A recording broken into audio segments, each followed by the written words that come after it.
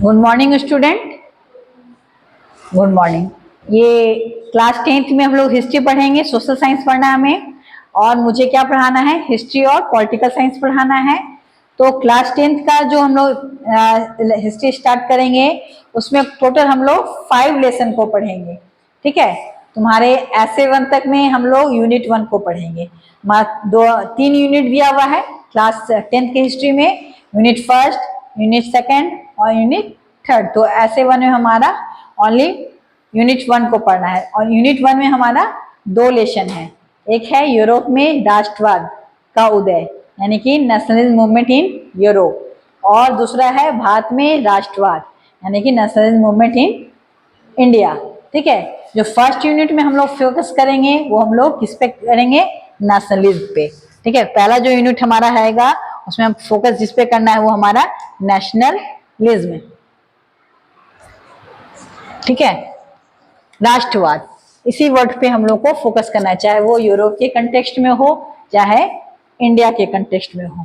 ठीक है, और जो हमारा ऐसे 2 रहेगा उसमें फिर से जैसे हम लोग क्लास 9 में पढ़ रहे थे, जीविका अर्थव्यवस्था, है ना। हम लोगों ने क्या बात कहा था कि घटना प्रतिक्रिया के अलावा भी हम लोग इतिहास को देखेंगे, क्लास 9 में बात किए थे।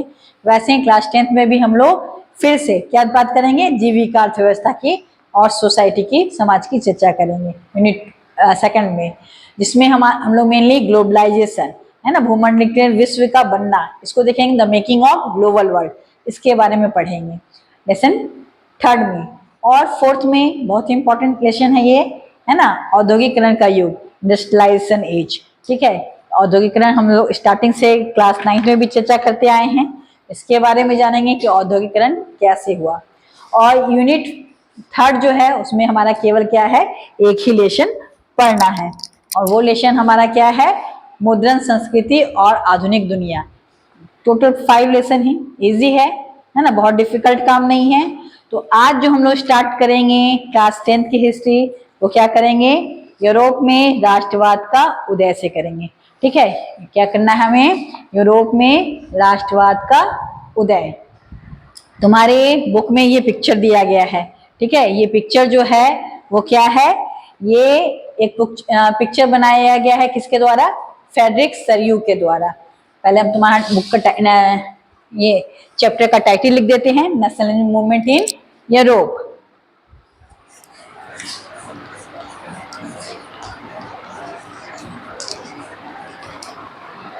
Nationalism in Europe.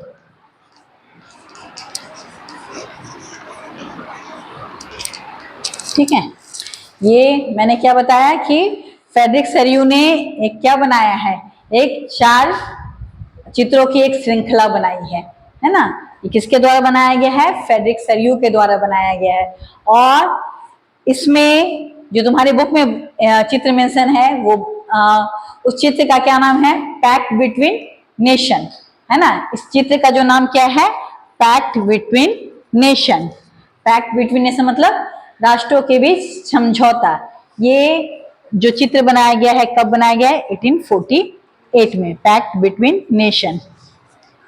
किसकी बुक है ये? फ्रेडरिक सरयू की, है ना, राष्ट्रों के बीच में समझौता। ये जो है हमारे जो कवि हैं फ्रेडरिक सरयू, ये इनका क्या है? यूटोपिया है। यूटोपिया मतलब कल्पना दृश्य, सब कुछ अच्छा हो वर्ल्ड में, है ना, ऐसा वो क्या कल्पना कर रहे हैं। ठीक है, इसमें इनके जो 4 चित्र की श्रृंखला है, एक सीरियल से इन्होंने क्या बनाया है? 4 चित्र बनाया है, और जिसमें सपनों का एक संसार गढ़ा है। ठीक है, ऐसा वर्ल्ड है ये जरूरी नहीं है, ये इनका क्या है? कल्पना है। सपनों का संसार रचा है, जिसमें उसने शब्दों में क्या कहा है? जनतांत्रिक और सामाजिक गणतंत्र का मिलकर बना था उनका जो वर्ल्ड है ना। फ्रेडरिक सरयू जो हमारे एक राइटर हैं, उनका वर्ल्ड कैसा है? जो जनतांत्रिक है और सामाजिक गणतंत्र से बना है। यानी कि वो वर्ल्ड में क्या चाह रहे हैं? वर्ल्ड में चाह रहे हैं प्रजातंत्र हो, ठीक है, सामाजिक गणतंत्र हो, यानी कि कंट्री, राष्ट्र कैसे चले?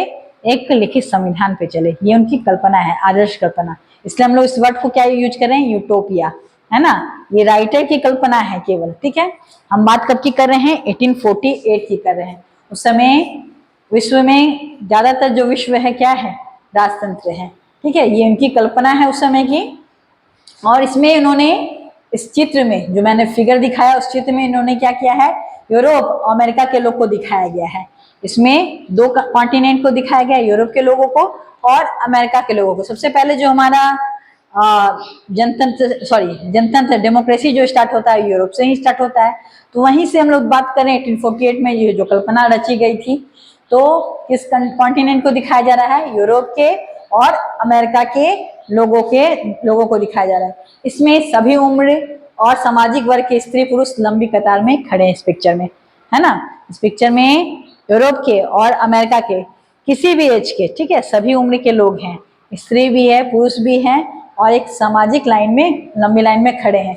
और हाथ में क्या लिखे हैं, क्या ले रखे हैं, स्वतंत्रता की प्रतिमा का क्या कर रहे हैं, वंदना करें। एक देवी है, वो क्या है, फ्रीडम की देवी, उसकी क्या करें, पूजा कर रहे हैं। जैसे हमारे यहाँ भारत में भी हुआ, जब भारत में भी आजादी की लड़ाई लड़ी गई तो भारत को क्या कहा, दिखाया गया, स्त्री, फीमेल, भारत माता के रूप में पूजा किया गया, ताकि लोग जैसे देवी माँ का पूजा करते हैं वैसे लोग उसके प्रति क्या हो, आकर्षित हो, उनके प्रति अपने फीलिंग रखें, ठीक है, सिंपैथेटिक फीलिंग रखें। इसलिए आर्टिस्ट ने, फ्रेडरिक सरियू ने भी स्वतंत्रता को क्या दिखाया है, एक फीमेल के रूप में दिखाया है ना। यूरोप के लोग, अमेरिका के लोग क्या कर रहे हैं, स्वतंत्रता की देवी की क्या कर रहे हैं, पूजा कर रहे हैं, वंदना कर रहे हैं।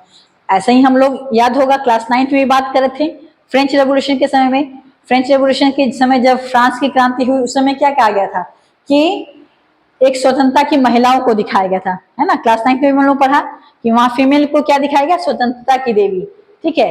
यानी कि हम लोग जैसे देवी माँ का पूजा करते हैं तो फ्रीडम को भी हम लोग क्या दिखा रहे हैं, देवी माँ के रूप में ही दिखा रहे हैं, ताकि उसका आप क्या करें, नमन करें, ठीक है। यहाँ भी हम लोग एक क्या देख रहे हैं कि जो स्वतंत्रता की देवी है, ज्ञानोदय क्या ले रखी है, मशाल ले रखी है, टॉर्च ले रखी है ना।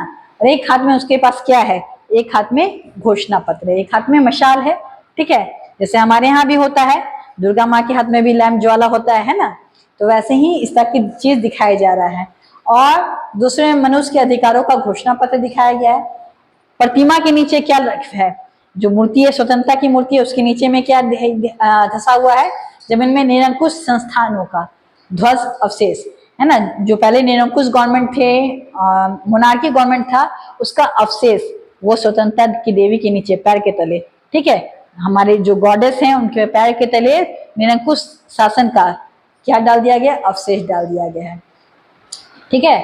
और सरयू ने ये जो यूटोपिया अची है, दुनिया के लोग को, अलग राष्ट्रों को समूह में बांटे हुए हैं, उनके कपड़ों, उनके पहनावे से, राष्ट्रीय पोशाक से अलग अलग दुनिया के लोग पता चल रहे हैं। लेकिन सबका उद्देश्य क्या है, फ्रेडरिक सरियू के अनुसार स्वतंत्रता, फ्रीडम। वो लोग क्या कल्पना कर रहे हैं, एक जनतांत्रिक, है ना, एक जनतांत्रिक गणतंत्र की, सामाजिक गणतंत्र की कल्पना कर रहे हैं। स्वतंत्रता की मूर्ति से कहीं आगे इस जुलूस का नेतृत्व कर रहे हैं संयुक्त राष्ट्र अमेरिका के लोग कर रहे हैं, स्विट्जरलैंड के लोग कर रहे हैं। उस समय स्विट्जरलैंड कोई एक राष्ट्र नहीं था, है ना। जब 1848 की बात हो रही उस समय एक राष्ट्र राज्य नहीं था, अब ये राष्ट्र राज्य बन चुका है।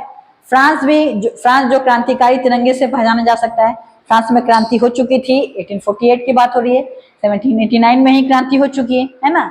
तो प्रतिमा के पास में और भी कुछ कंट्री के लोग हैं, इस कंट्री के और क्या क्या लोग हैं, तो अभी तक और कंट्री में उसके आगे पीछे कौन है, जर्मनी के लोग हैं। जर्मनी में भी इस समय यूनिफिकेशन नहीं हुआ है, ठीक है। हम लोग आगे नेक्स्ट चैप्टर में पढ़ रहे हैं, इसी लेसन में हम लोग जर्मनी का एकीकरण देखेंगे। यानी कि जर्मनी जो था, अभी क्या था, अभी छोटे छोटे समूह में विभाजित था, लेकिन एक राष्ट्र नहीं था। उसको हम लोग देखेंगे, जो काला, लाल और सुनहरा झंडा लिए थामे आगे खड़ा है, कौन, जर्मनी, ठीक है।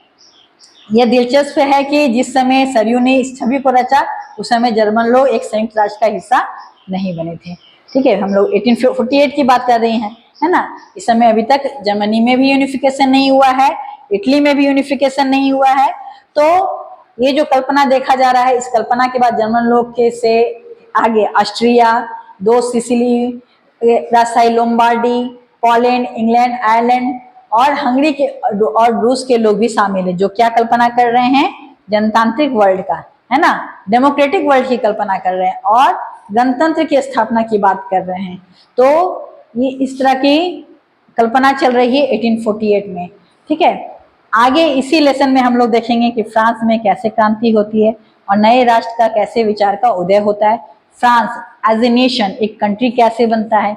इसके बाद इसी चैप्टर में हम लोग देखेंगे जर्मनी एज ए नेशन कैसे बनता है, एक राष्ट्र कैसे बनता है। इटली एक राष्ट्र कैसे बनता है उसके बारे में जानेंगे। आयरलैंड का यूनिफिकेशन इंग्लैंड से कैसे होता है, इस चीज को देखेंगे, ब्रिटेन का, है ना। तो छोटे छोटे हमारे यूरोप में मेनली हमको क्या पढ़ना है, नेशनल वर्ड पढ़ना है, नेशनलिज्म पढ़ना है। यूरोप में राष्ट्रवाद का उदय कैसे होता है। तो हम लोगों ने तो देखा ये एक आर्टिस्ट की कल्पना देखी कि वो क्या चाह रहा है कि यूरोप में क्या आ जाए, यूरोप में राष्ट्रवाद आ जाए, है ना, जनतांत्रिक राष्ट्रवाद आए। कैसा राष्ट्रवाद आए, जो डेमोक्रेटिक हो, मोनार्की शासन नहीं हो और निरंकुश शासन नहीं हो, ठीक है, एक ऐसी वर्ल्ड की कल्पना कर रहा है। तो इसी कल्पना का आधार सबसे पहले जो कंट्री बनता है वो हमारा कौन बनता है, फ्रांस बनता है। फ्रांस की क्रांति और एक नए राष्ट्र का विचार को उदय देखेंगे। अगर हम राष्ट्रवाद की बात करेंगे तो सबसे पहले नेशन वर्ड का जो उदय होता है पूरे वर्ल्ड में, नेशन एज ए राष्ट्र, इसका उदय कहाँ से होता है, हमारा फ्रांस से होता है। तो इससे आगे का जो, ये तो हमारा इंट्रोडक्टरी लेक्चर था, इससे आगे हम लोग को क्या पढ़ना है, फ्रांस में क्रांति होती है। हम लोगों ने एक क्रांति 1789 की क्लास 9 में पढ़ा है, दो क्रांति हम लोग क्लास 10 में पढ़ेंगे, और फ्रांस एक राष्ट्रवाद कैसे बनता है इसको जानेंगे। साथ ही साथ एक गणतंत्र के रूप में, एक डेमोक्रेटिक कंट्री के रूप में फ्रांस में कैसे स्थापना होती है, एक छोटी कंट्री जर्मनी का कैसे यूनिफिकेशन होता है, जर्मनी एक राष्ट्र कैसे बनता है, ठीक है। इसके अलावा इटली कैसे राष्ट्र बनता है, आयरलैंड की समस्या को देखेंगे, पोलैंड की समस्या को देखेंगे, और यूरोप के बहुत सारी छोटी छोटी कंट्रियों के बारे में जानेंगे कैसे वो यूनाइट होते हैं, है ना। तो इससे आगे हम लोग कल के लेक्चर में रहेंगे। Thank you so much.